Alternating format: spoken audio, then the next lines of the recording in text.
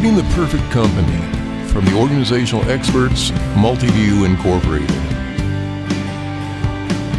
This content is based on MVI's work with over 1,300 organizations, extracting 989 data elements with 922 cross-calculations over 27 years on a monthly basis, and then systematizing the operational success patterns of the 90th percentile. Our intent is to get beyond the brag and the boast, and simply share insights from our experience without manipulation or coercion to sell anything, except helpful ideas.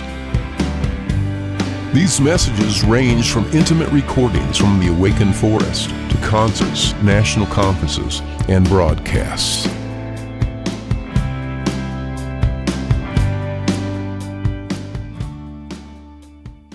Hello and welcome to Multiview World Headquarters in beautiful Hendersonville, South Carolina. We're in the bowels of our building here, the song stage. And thank you for joining us for Directional Correctness for the Aspirational Hospice. That's quite a mouthful, isn't it? We've got a raucous studio audience here with us today. Back in the back, I've got old Alex and new Alex. New Alex is surprisingly older than old Alex, but let's not get into that. Long story short, old Alex is running the audio video. New Alex is in the crowd. L. Troy is back in the back as well. He'll be typically pretty quiet. And then we've got Bernie over on the computer if we've got any questions as time goes on.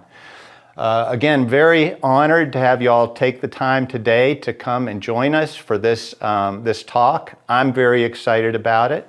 Possibly a little nervous. I had just 30 minutes ago, someone here asked me if I was ready. And I said, at this point, it doesn't really matter because it's happening. And so here we are, it's happening now. But just by joining this webinar today, you have self-identified yourself as an aspirational hospice, that wants to be great. And that's really the first step as far as making use of anything we have here to offer at Multiview. In fact, aspiring is the unskippable first step of becoming great. I just made up that line. I'm pretty excited I got it in. Okay, so as you know, this is a live event. So as I'm speaking to you now, this is actually happening now as you're hearing me. And I know it may not make you nervous, but it does make me a little nervous because we don't really know what's going to happen. We don't even have a delay switch. If I say something off color or whatever, that you're going to hear that. So this is an exciting event for me, and hopefully it won't be too exciting for you except for the knowledge that we're able to impart. If you do see this slide come up, please stand by. I would give us a little time. It could be a technical difficulty. It could be me freezing up on stage. It could be a number of things. If you give it about a minute and that's still up there, I would just pretty much sign off and go back to work because that means something's happened and things didn't work out quite as we had hoped. But we're not expecting that to happen. We expect things to go well. I think this is going to be a valuable use of your next hour, an empowerment hour, and looking forward to sharing with you during this time. So let's get to it. All right, this is a slide I made early in my career with Multiview. It says, teaching a bunch of stuff you already know. I've never used this slide before, but I always thought it was a great slide because early when I was working with Multiview and I was talking to people about what we do, I always found that the people who got most excited about what we teach at Multiview were the people who've been doing hospice for a very long time.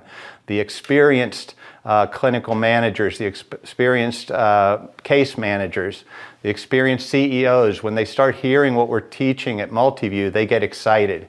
And that used to get me excited because I said, boy, we must really be on the right track, that these folks who really know hospice understand that what we're teaching is good. So what we're teaching at Multiview is really a bunch of stuff that you already know through experience and working within the field. This is a lot. You wonder why you need to hear stuff that you already know. It's just like when you go to these conferences and they'll have a motivational speaker there for you. And you'll just watch people, and this motivational speaker will be up there giving his talk, and everybody's just writing the stuff down, and they're nodding like crazy, and everybody agrees. And the reason that they agree is because it's obvious, common sense stuff. hey, if you have a positive attitude, things might go better for you. If you have an attitude of gratitude, that might be a good way to live life. It's all stuff we all know, and we know it's true. Why do we have to be reminded of it every year at the annual conference? And why does it seem new to us every time? Well, it's just like, why do we go to church every Sunday? Why do we go to church this week and go back the next week and hear the exact same thing? Basically, because in between last Sunday and this Sunday, life happens.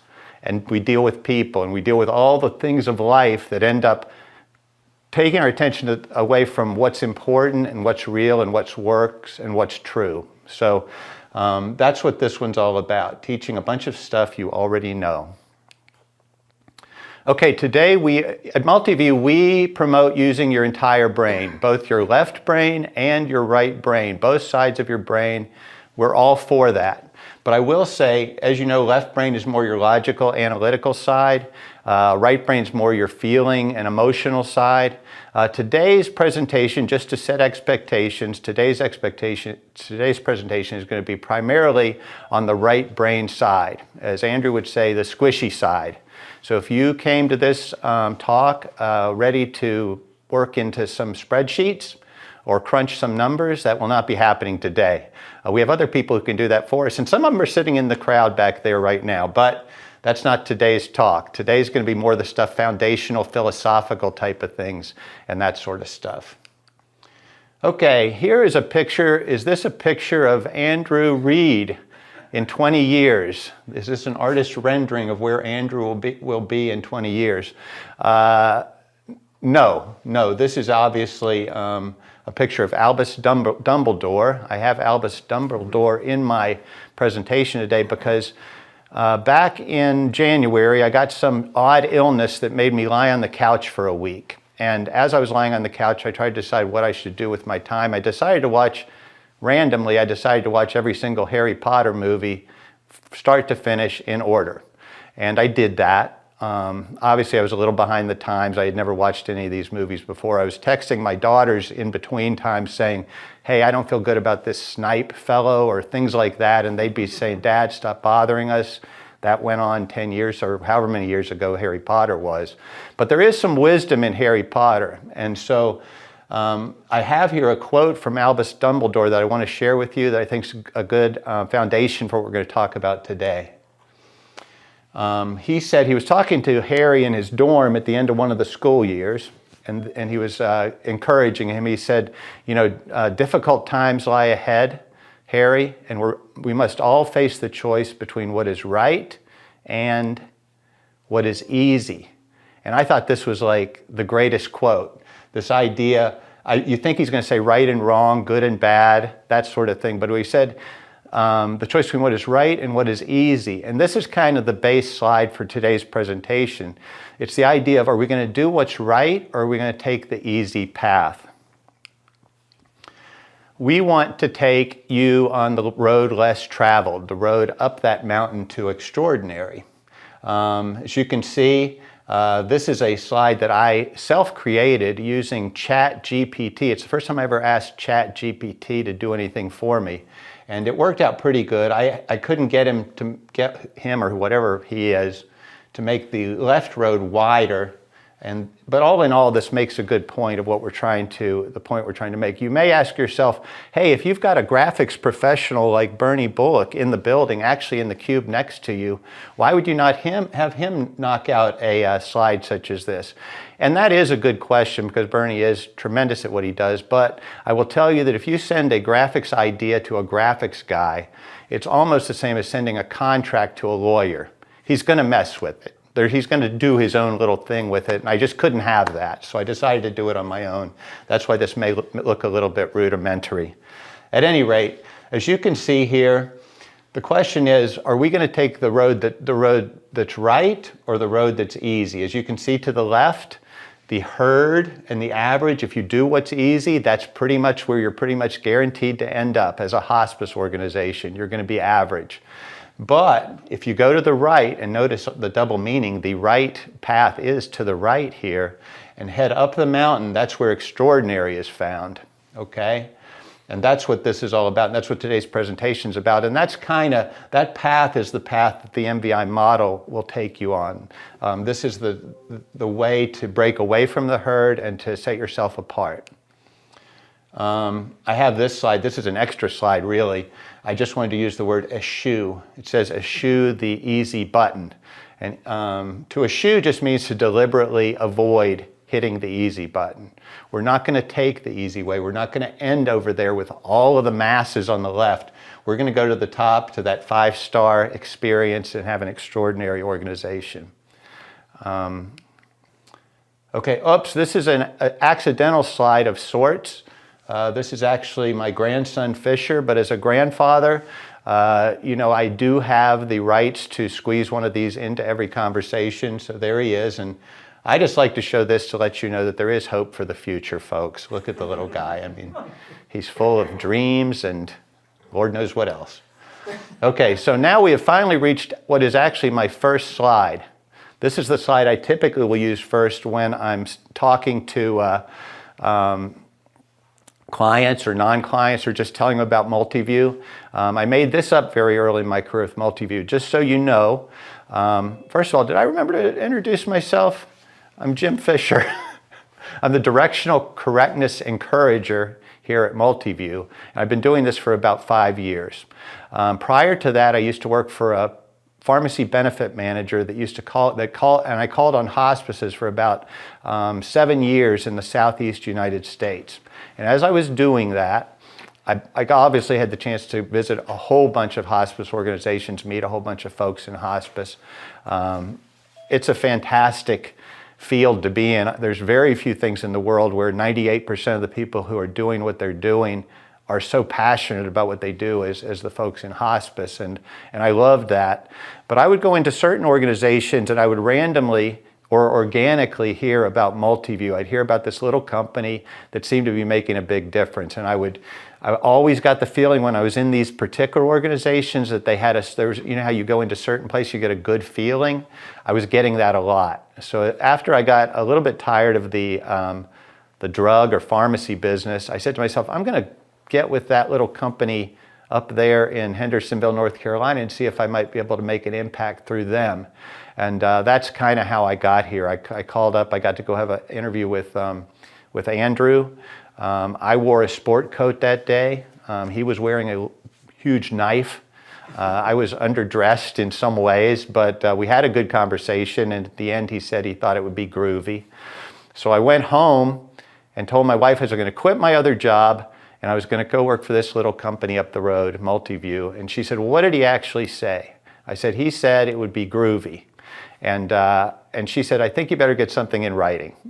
So at any rate, that's not really how things do work here. I mean, groovy did turn out to work and I did get hired. I will say at that time, it was right at the beginning of COVID. This was March of 2020. And Andrew said, let's wait till COVID blows over and then you can start. He determined COVID was over on May 5th, 2020, and that's when I started. Of course, COVID had just started on May 5th. He's not right about everything. He is an expert in hospice and organization and standards and accountability, but I was happy to get started at that time, and that's kind of how I started at Multiview. And that's why I wanted to be here, is because imagine the exponential impact of an extraordinary hospice. A lot of times when I'm meeting a hospice organization or leader for a first time, I'll ask them, what's your census? And they'll say, oh, we're small, we're 25, we're 40, we're small, we're 200. Everybody has their own perspective of what small is or what their size of their hospice is. But no matter what size of hospice you have, you are making a huge impact. Because even if your census is 25 today, that's not just 25 people that you're impacting. It's each of those people has family associated with them, friends associated with them. And because of that, every bit of care and everything you do right and good for that person ripples out through a large number of folks. So your impact is much greater than your census and much greater than you'll ever really know as well. So I love thinking of it this way. I also think that if your organization is such that people are excited to go there and feel like they're doing good work, they're going to take that good feelings and everything home to their families. That's going to spread out into their world. So The thing I love about the opportunity to work with Multiview and to maybe help each organization we work with get a little better at what they do, or even a little better, we like them to get way better, but just every little good we do has a great impact in the world, and we probably will never know how much that is. We'll never understand that. That's why it always reminds me of the movie, the beautiful old movie, It's a Wonderful Life. Of course, this is an old movie. I know some of you youngsters may not have ever seen it, but Alex himself has seen it, and he's a youngster, and he knows the point of It's a Wonderful Life. Basically, George Bailey lived a life, and he did a lot of stuff, and it turns out that when he looked back on his life, he saw, wow, there's a lot of stuff that I did that turned out that had a huge impact on the world, and that's exactly what we see the opportunity we have to do in hospice as well, and that's why we are honored here at Multiview to be able to work with you. We sit here in this spot, and we get to work with hospices all across the country in almost every state. And any little thing we can do to help you get even a little bit better, that's a great, great impact. Okay, at Multiview, we start out every meeting with 3 questions. These 3 questions, if you've listened to any talk that Andrew's ever given, he usually will go through these. They're important. Because they stop us before we get into the business of the day and help remind us a little bit of the things that are important to us, the things that are foundational to why we're doing what we're doing here at Multiview. We also think these 3 questions work great at the beginning of a IDG meeting, a way to start before you get into going through the patients and going through all that, to actually stop and say, hey, here's some stuff we need to remind ourselves of. So that's what these are about. I had Alex once use the term a mental speed bump, which I think is a great example of, hey, we're all running in here, it's time for the meeting, let's get going, but wait. First, we're going to ask these 3 questions. So at our meeting on Thursday mornings, whoever's in charge will get up there and they'll say, what am I? And everybody together will say, a feeling. That's some good audience participation there. A feeling. Now, the first week you're here, or the first time you go to one of these meetings and that happens, you immediately think you've joined some sort of a cult, because it's a very peculiar thing for everybody to say a feeling and all together like that. But over time, you start to understand, okay, here's why we do it. Because the thing you do after you ask, after you find out you are a feeling, then we ask, what do you mean by that? Okay, so Alex, for example, what do we mean when we say, I am a feeling? It's that feelings are the basis of all memory and recall. Exactly. This is reminding us that feelings are real and they're important, and they're the basis of all memory and recall. And for this particular one, Andrew he often uses the example of, where were you when you heard the news of 9/11?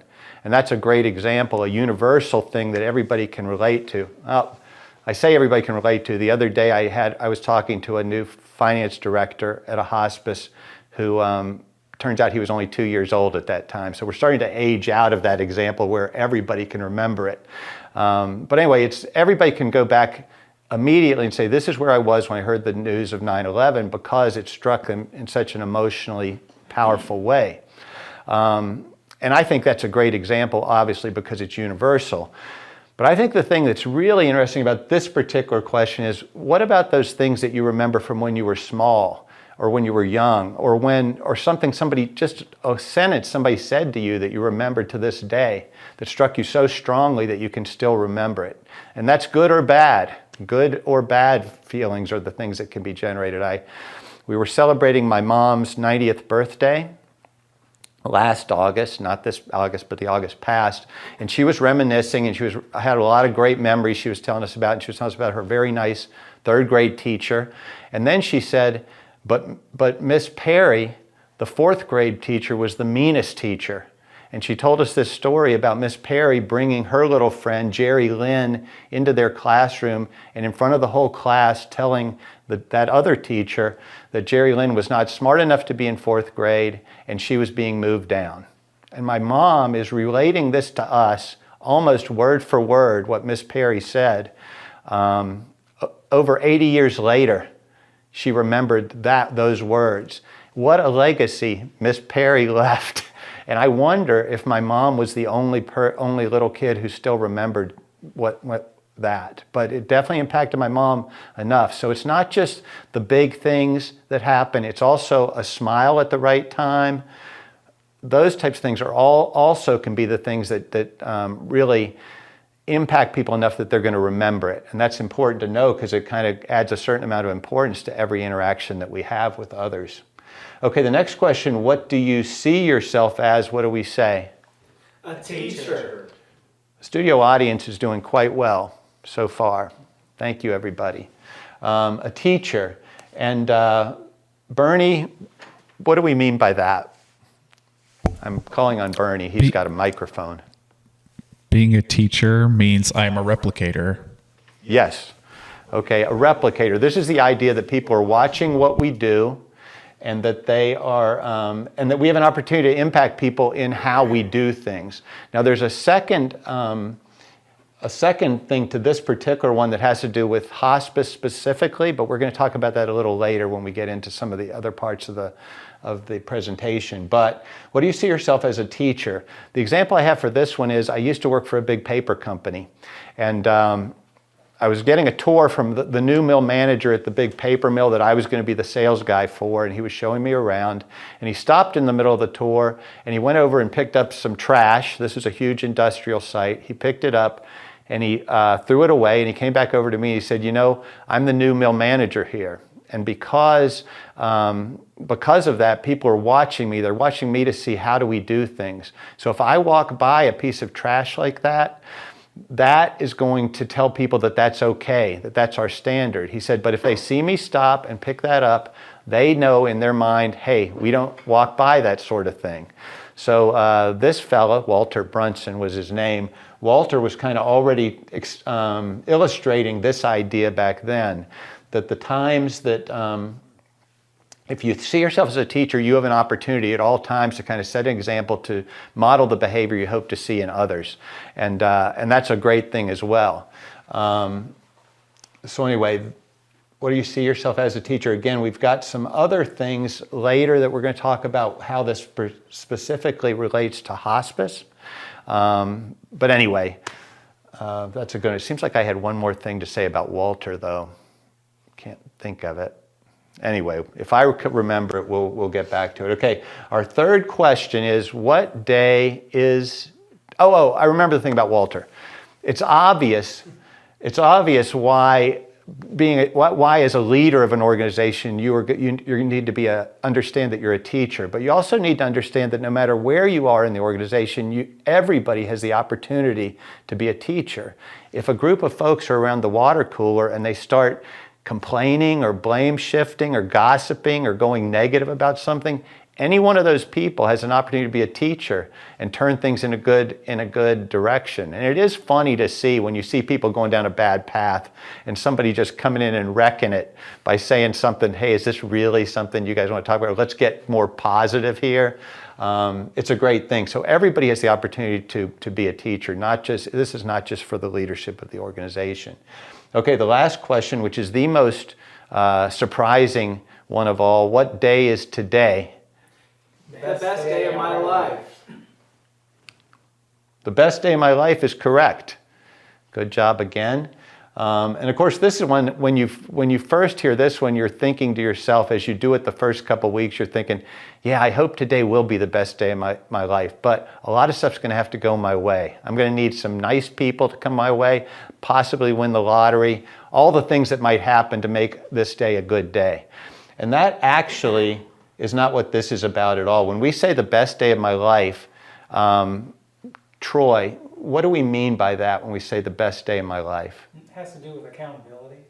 It has totally to do with accountability. I don't know if y'all could hear Troy back there, but he knew it. Accountability is just taking ownership of your day without blaming others or circumstances, okay? So that's why this is exciting. Now the way I got my, I pumped my, anyway, it doesn't matter. Long story short, the way I wrap my mind around this one now, and now understanding that this isn't about what happens to me, this is about taking ownership of my day no matter what happens to me. I think about, the best day, and when you think about at the end of your life, and whoever rates best days, whoever is up there rating best days, I think you're going to find that some of your very best days of your life are actually days where you faced some of the most difficult circumstances or dealt with some of the most difficult people, but you did it in the best possible way. And with that idea, that means every day literally can be the best day of your life, and it's up to you. It doesn't matter. In fact, those days where you have stuff happen, that's just more opportunity. So that's what I like about these 3 questions. The first 2 questions kind of remind us that we're not living in a vacuum.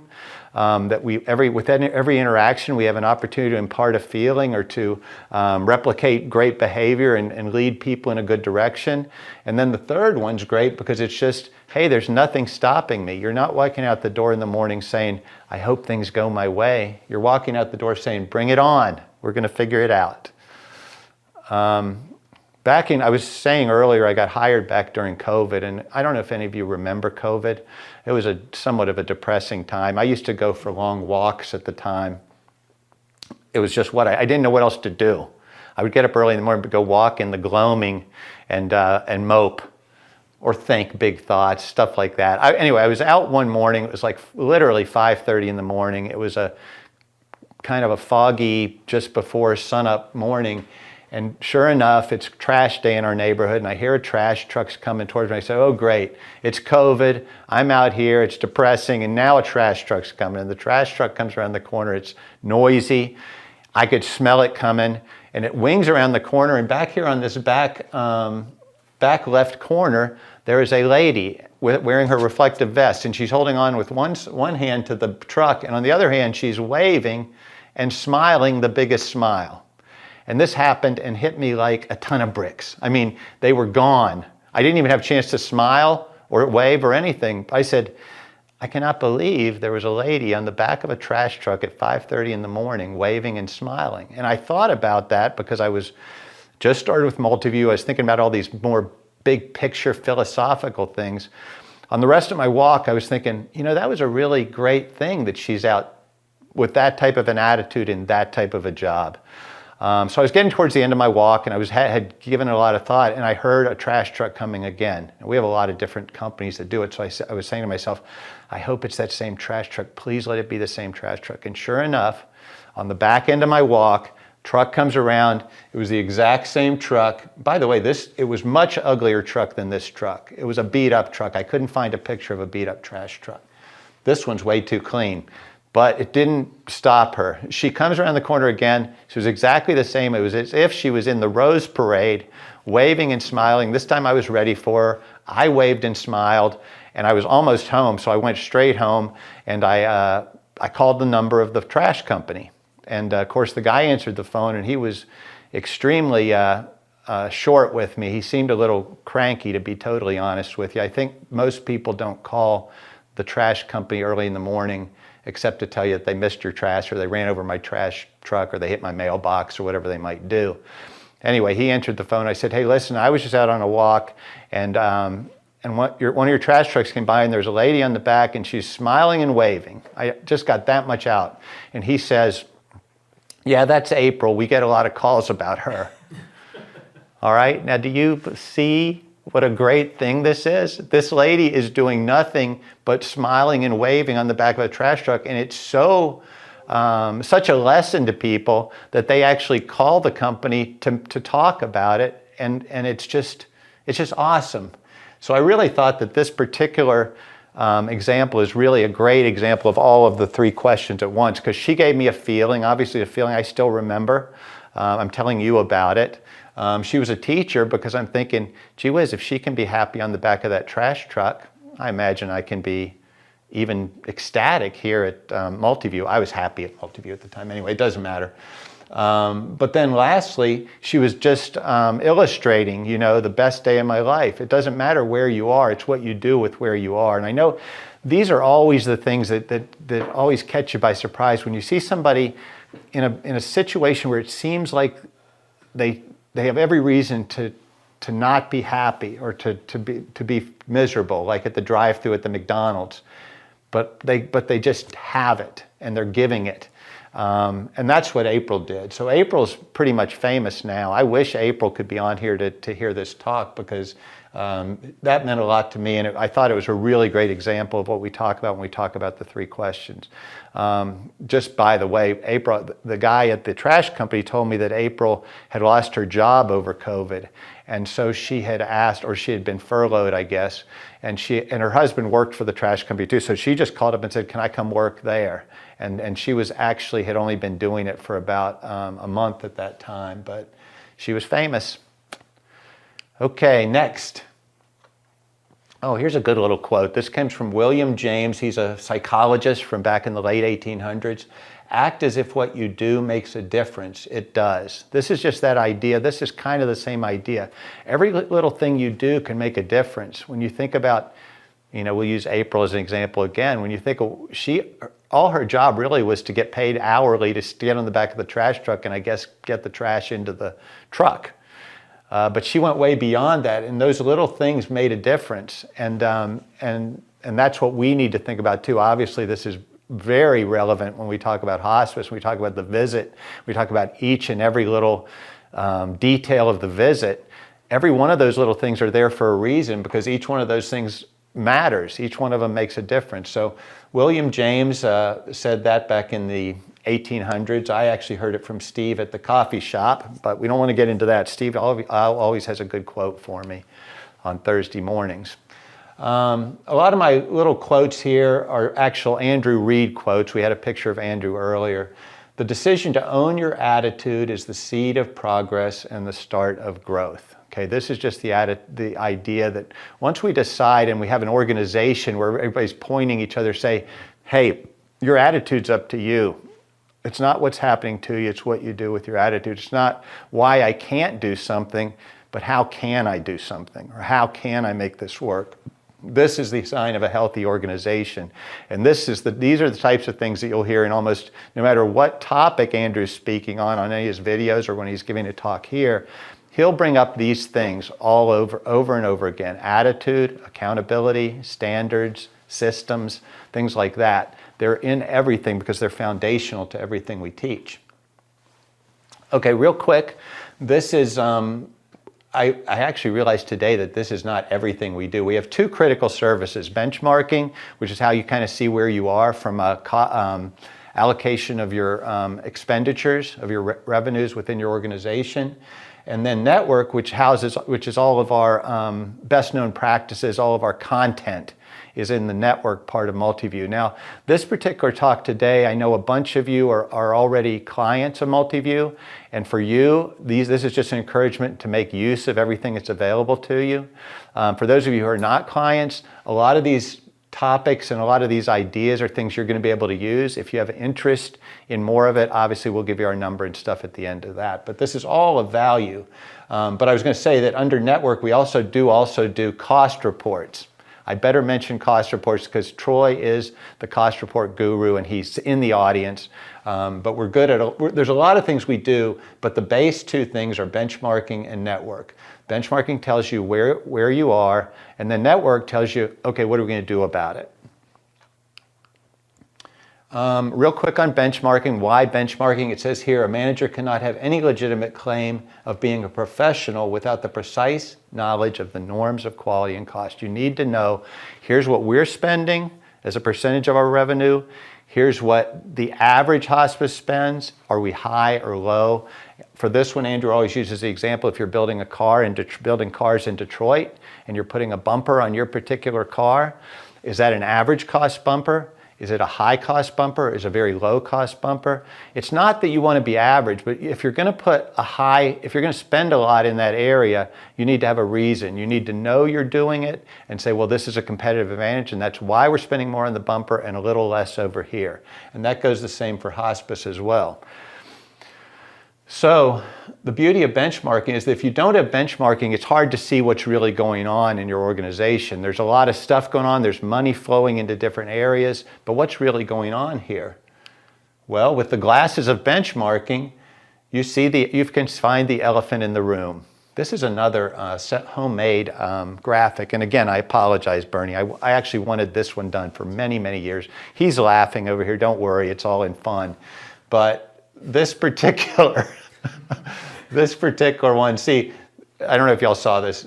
See, it was indecipherable because we don't have the glasses of benchmarking, and then boom, wow, our pharmacy costs are way too high. Here's where we are, and here's where the average is, and this is a place we need to put a red circle around and figure out what are we doing wrong, what can we do differently in order to get ourselves in line. It's not just pharmacy, it could be your nurse salaries, your indirect costs, a lot of things like that. But really quickly, when you run a benchmark report, this is what you find out. You see that thing that's the thing that we can work on right off the bat.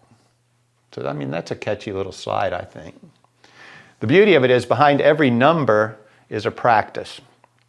So as we identify those things and we find those elephants and we put a red circle around them on our report, we get to say, all right, here's a problem, or here's something we need to look at. What do we do about it? And that's where the rest of Multiview comes in. If you're a client, you and everyone on your staff has full access to our website. This is where all of our content is housed. These are PDFs and videos and audio files and Excel tools and all sorts of stuff are available to you through our website. And basically what our website's housing, it says down here, the best known practices of the 90th percentile. That's what Multiview's done from the start. We've been in business for 29, almost 30 years now, and all we've been doing as we work with different hospices is keep on the lookout for who's doing what better than anybody else. And when we see that, we steal it and we add it to our content. And that's what leads to the best known practices or the best known success patterns of the 90th percentile.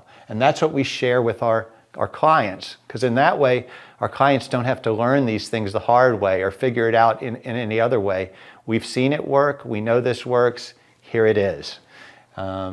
And that's an encouragement this is an encouragement to those of you who are clients especially. Your entire staff is able to register on the website. So we think the more folks that get in there and start looking at these things and hearing these concepts and talking about, hey, maybe there's a better way to do things, then the better. One thing about our website, it's so full of content that a lot of times people find it hard to find the information in there. So for that, we have this PDF. We call it now the Resources for Key Frustrations. As you can see, back in the day, it was called Best Known Practices to Alleviate or Obliterate Key Frustrations. And originally, this particular brochure was it was a marketing piece, so that if somebody was wondering, what does Multiview do? We would give them this, and it would say, here's everything Multiview does. Here's all the stuff that we have that's related to the various frustrations that you're dealing with in hospice.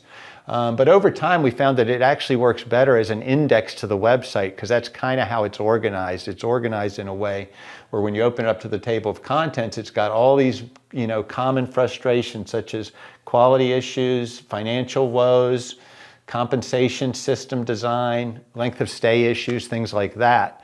So now you can use this PDF if you're a client or not. You can just request one of these, and if you're looking for something about, say you're working on quality, so you circle that, you click on that, and then that'll take you to the page that says, okay, here's everything that Multiview has to help you address those quality issues and to get those CAP scores up.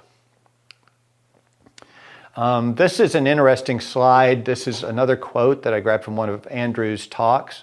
More money being spent does not increase quality. What increases quality is intention.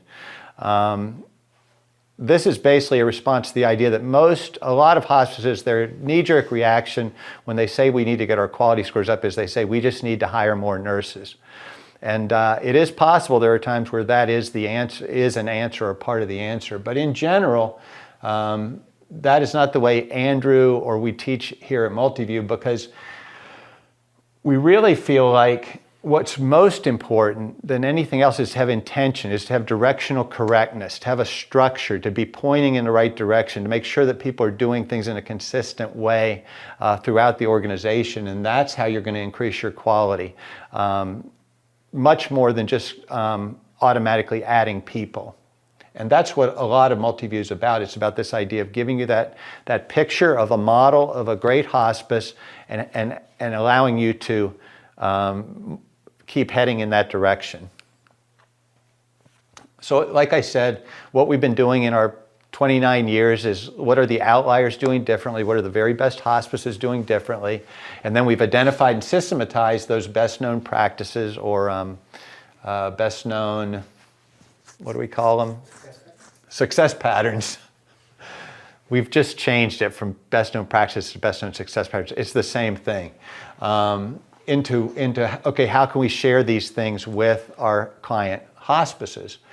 And it says here, the model is just the intentional design of all the ways our hospice touches the external world. So we've singled out 3 specific ones here: perfect phones, perfect visits, revolutionary bereavement.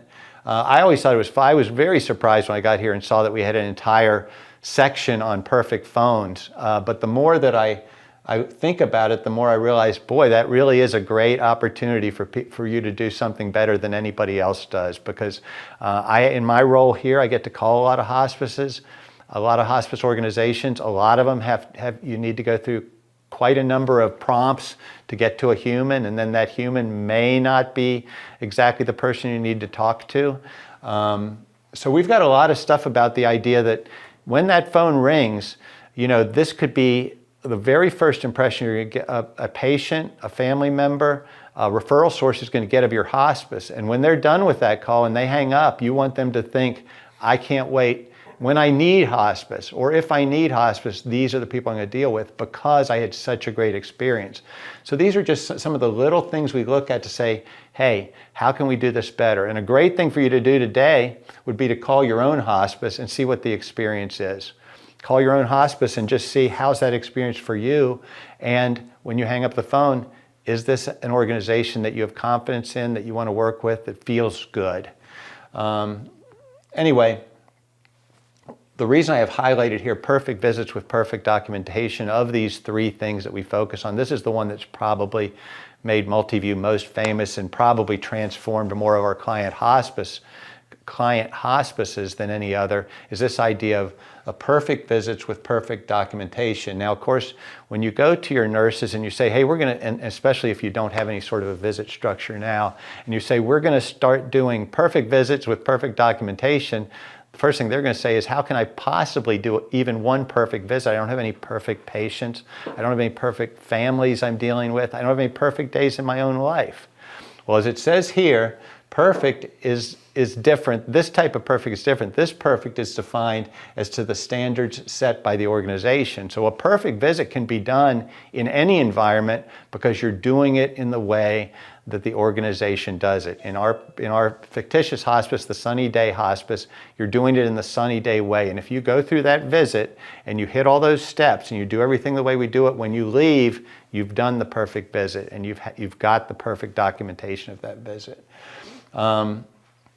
Like I said, I hate to keep using COVID. COVID was a long time ago now, but back when I was learning these things about setting standards, holding people accountable, things like that, it was right during that time of COVID, where, remember that 2 weeks where they shut everything down? They shut down the big road that had all the fast food places on it, got shut completely. And then when they were able to open up, I remember going down the road, and the first place I saw was the Chick-fil-A. And the Chick-fil-A, on the day they could reopen, had double lines of drive-through around the building. It looked like nothing had happened. In fact, it looked like they looked busier than usual. Right next to the Chick-fil-A was a Burger King. This is nothing against Burger King, but the Burger King was boarded up. It looked like it was still in wartime. It wasn't even open, much less open for the drive-through. And I was looking at those 2 organizations. I don't know if every area of the country has access to Chick-fil-A, but you probably have access to some organization, some fast food place that does things a little bit better. I think Culver's is one of those too. Places like that where you get a consistent type of experience and you can tell that these folks, oh, they have standards. At Chick-fil-A, if I say thank you, they're going to say my pleasure. I've never read their standards, but I've been to Chick-fil-A enough to know that's what they say. In fact, if I go to Chick-fil-A and I say thank you and the kid doesn't say my pleasure, I say, hey, this kid's out of standard because I know it, because they do it consistently. So, so anyway, that's that on the but at the same time this was happening, I was at Multiview. And of course, everything was shut down and you couldn't make visits in the home at that time. And at that time, we were sitting there with a perfect visit structure. And really quickly after COVID hit, we came out with a tremendous webinar called The Perfect Telehospice Visit. And it was highly attended, much more than this one, I'm sure. And it was run by Bill Taylor. And I was here when he was putting it together. And it literally took him half a day to put together this webinar, The Perfect Telehospice Visit. Why did it only take half a day to put together this revolutionary thing? It's because we already had the visit structure. We already had it. We just had to adjust it for this new thing. So just like Chick-fil-A, they had standards and a way of doing things, and they made adjustments. That's how easy it is when you've got an operation that's got standards, it's got systems in place. Then even when a big pandemic hits, all you have to do is make some minor adjustments, move on, and prosper. Every decision, this particular slide is kind of wedged in here, but it's something we can't not talk about at Multiview. Every decision we talk about within the hospice organization has to be made from the patient-family chair. How is this decision, how is this thing we're doing going to make the patient-family feel, and isn't that what they're going to remember about the care that we provided to them? So this is an old beat-up chair. As you can see, it's got a feeling chair band you can put over it. Bernie can send you some of those if you need any of those for your IDG meeting room. But anytime you're making decisions within the organization, anytime you're doing anything within the organization, you need to first sit in this chair and say to yourself, okay, how is this going to make our patient and family feel? That's central to everything. And that's basically how Andrew and a friend of his started their Malcolm Baldrige award-winning hospice. They just said, we're going to start from this chair and we're going to work out to how we organize that hospice and how we grow it into a successful and quality organization. Okay, this jumps us straight to the perfect visit. And we obviously in this format, we don't have time to really get into all the steps of the perfect visit. The one thing I want to point out at the top there, it says the goal of your visit is to make the caregiver the hero. Remember earlier we were talking about the three questions about being a teacher. This is a big paradigm shift for, particularly for nurses in hospice care, is the idea that the goal is to make the caregiver the hero. It's to teach the caregiver to give the care. You can see step number 6 on the first part is to breathe and remind yourself you're a teacher. I think nurses in general are fixers. They're people who want to come make people better, and that's an awesome thing. Thank God for that. And so they want to fix them, and then they want to leave, and then they want to come back and fix them again the next time. But this is a big paradigm shift, is for them to start thinking, okay, I'm here to do that care, and the care is critical, but the most important thing I'm here to do is to teach this caregiver to provide the care, because there's all that time in between visits where they're going to be the one who's going to have that responsibility. The next thing in our perfect visit here, every visit is a performance, energy up. Before I say that, I do want to say, when people, if you haven't been exposed to a visit structure, if you're allowing folks to do things in their own way, and you hand them this and say, hey, we're going to start doing this, it will be quite a shock to them. The first thing they're going to say is, this looks like a script. This makes me into a robot. And that's not really what this is at all. This literally is a structure. And when you look at some of these little steps, they're such small things to remind you of, such as eye level lean in. That just has to do with your posture when you're talking to a patient or to a caregiver, just to show your attention and to listen and to validate and match and things like that. So this is all structure. It's 30% of the visit, this structure. The other 70% is going to be that nurses or aides or social workers' professional judgment. And so there's a lot of room for individuality in there. It's just a matter that with the perfect visit, nothing's getting missed, that everything's getting hit every time.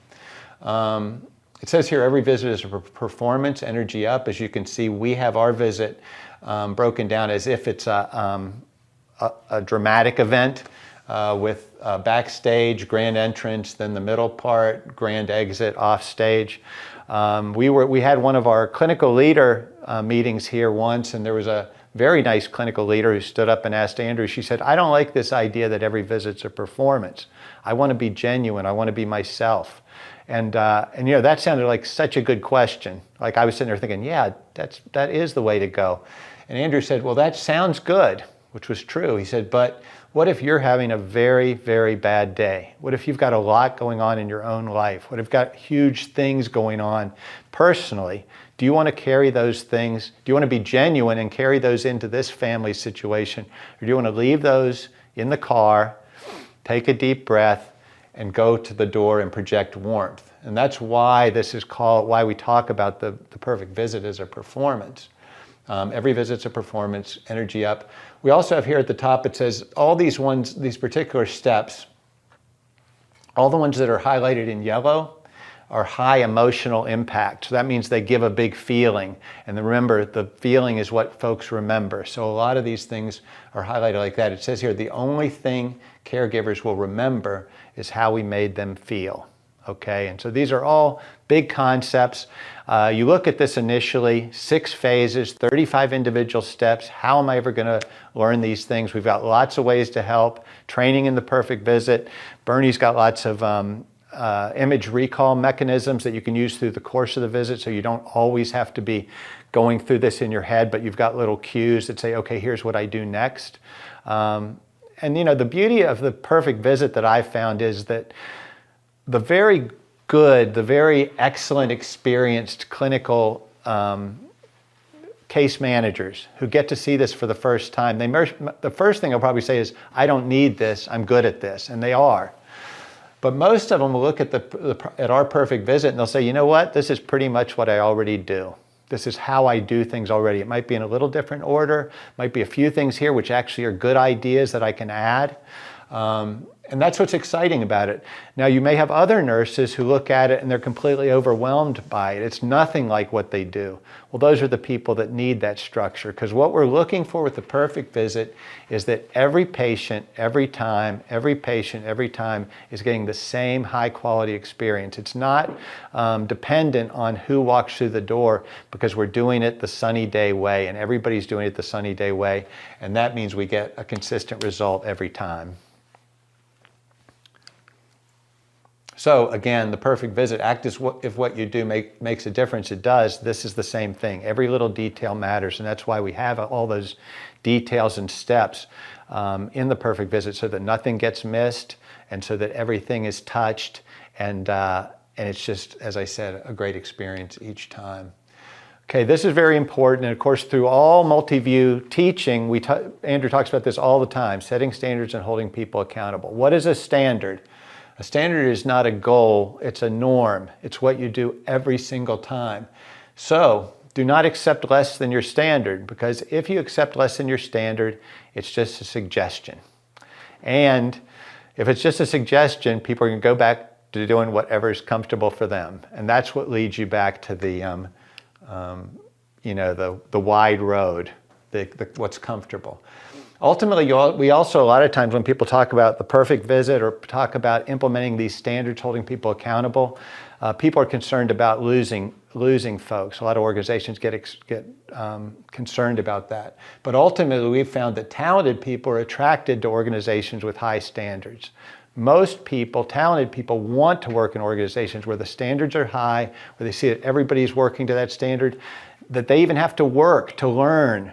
Hey, here's how we do things here, because this is why, because we care enough to do it. So that's just a reminder. This is not something to be afraid of, setting high standards. Actually, it's something to strive to. Another little quote, the ability to teach accountability effectively is the key determinant to organizational success. This is just typically Andrew's reminder that you want to be working with adults, not children. You want people to be able to accept maybe some feedback that may be not particularly positive, and not say, well, the dog ate my homework or this person didn't do that, but to say, hey, thank you for that. I appreciate that feedback, and I'm going to use this to do better next time. We want to be adults and not children. And that's, if you have an entire organization with people living out that type of an attitude, then you're going to have great results and a great place to be.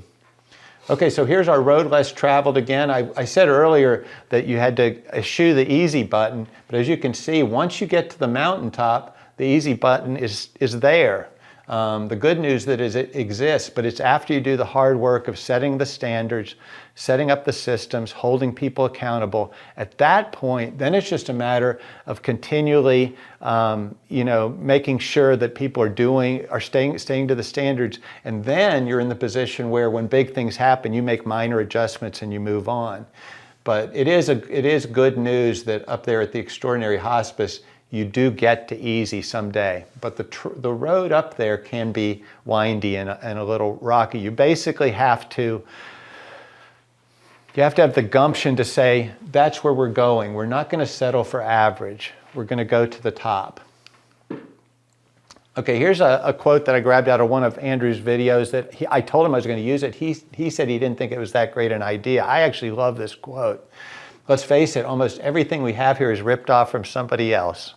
And I think that's actually great, because you look at Andrew, you saw his picture earlier. He looks like a guru of sorts, and I fear that some people, if you just took it from that, you might think that maybe Andrew's a person who's sitting on top of a mountain and getting some sort of beams of light and getting his inspirations in some other way. Andrew's not like that at all. He's an accountant. He's a pragmatic individual. And everything that we have here at Multiview, everything that we share with our clients is stuff that we've seen work over and over and over again. And that's the beauty of being here, is that when folks do call us, where our clients or non-clients call us and ask us, hey, what do you do in this situation? What's the best practice in this way? When we pass that information on, we do it with great confidence because we know it works. We've seen it work in real life over and over again. Okay, our original quote, we must all face the choice between what is right and what is easy. There's actually more to that quote, believe it or not. This is that Dumbledore quote. We must all face the choice between what is right and what is easy. But remember this, you have friends here, you're not alone.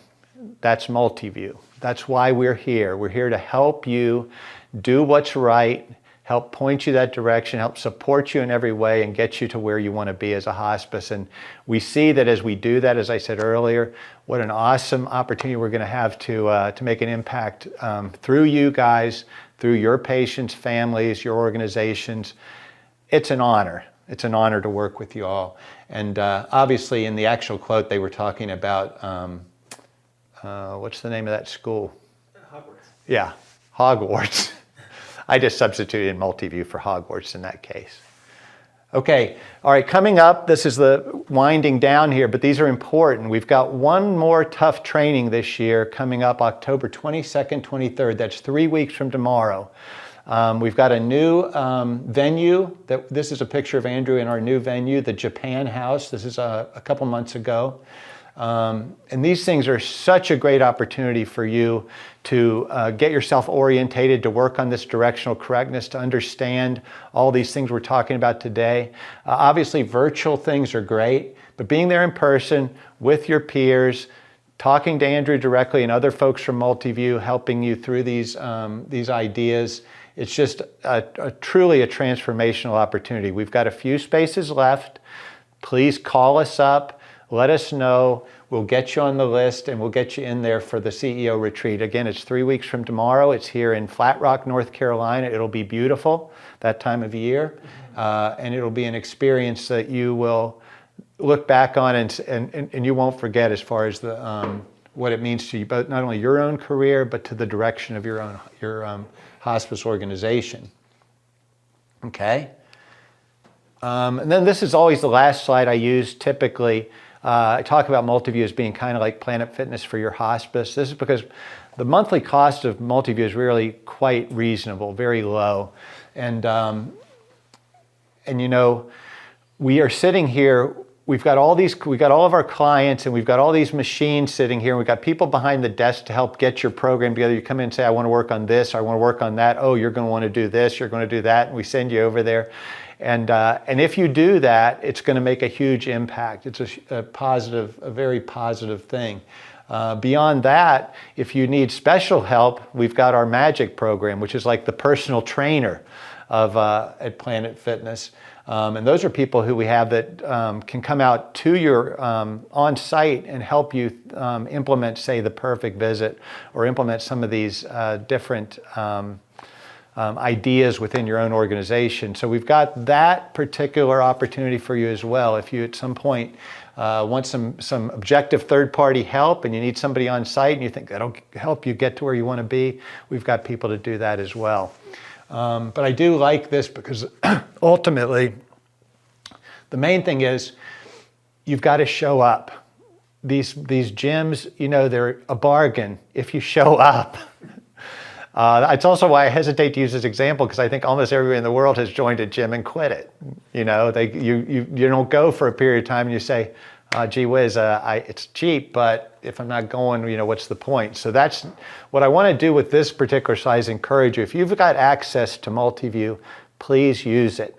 That's really why we're here. We get so much positive energy of seeing clients who really grab onto what we're teaching and use it, and turn their organizations into award-winning organizations that are making such an impact in their various communities. So anyway, again, CEO Tough Training is coming up 3 weeks. Call us about that. If you want some extra help or want to ask more about our personal trainer or Magic program, please get with us on that. This is our last slide. This is our phone number. Our phone will be answered in 3 rings by a happy, helpful person. This is one of our standards. So we teach perfect phones to you guys, but we also practice perfect phones here at Multiview. We hope that, and to be honest with you, we have had people, our hold music is so interesting. We've had people ask to put them back on hold just to rehear the theme from Green Acres or whatever it is that day. But we put a lot of thought into the fact that when you call us up, that we want this to be an experience that's positive, and one that makes you want to call us up the next time. So anyway, please do that. Also, you can get with us through our website as well. I think that's it. Well, no, look, I accidentally slipped in one more picture of little Fischer, my grandson, but this is just a reminder that the future is bright. But again, the key thing to remember from today's talk is just this idea of right versus easy, about doing those things that set the standards and hold folks accountable to get you to where you want to be, as opposed to just doing what's comfortable and ending up with the herd. Okay, well, that's all we had for today. I hope you guys got something out of it. Really appreciate you taking your time to be here with us. You mean so much to us, and we just thank you for all you do. And anything we can do to help, we want to be here for that. If you have any questions unanswered, reach out to us through phone or email, and we will get those to you.